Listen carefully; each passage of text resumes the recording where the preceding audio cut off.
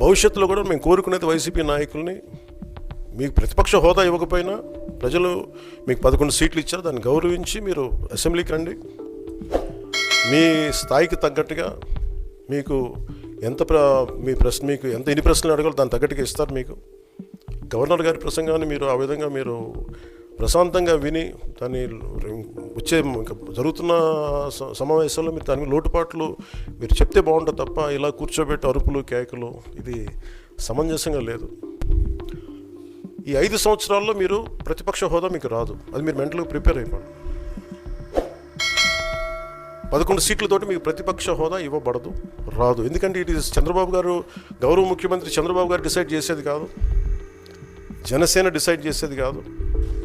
దానికి రూల్స్ ఉన్నాయి, దానికి రెగ్యులేషన్స్ ఉన్నాయి, నామ్స్ ఉన్నాయి. Thank you for watching. Please like, share and subscribe.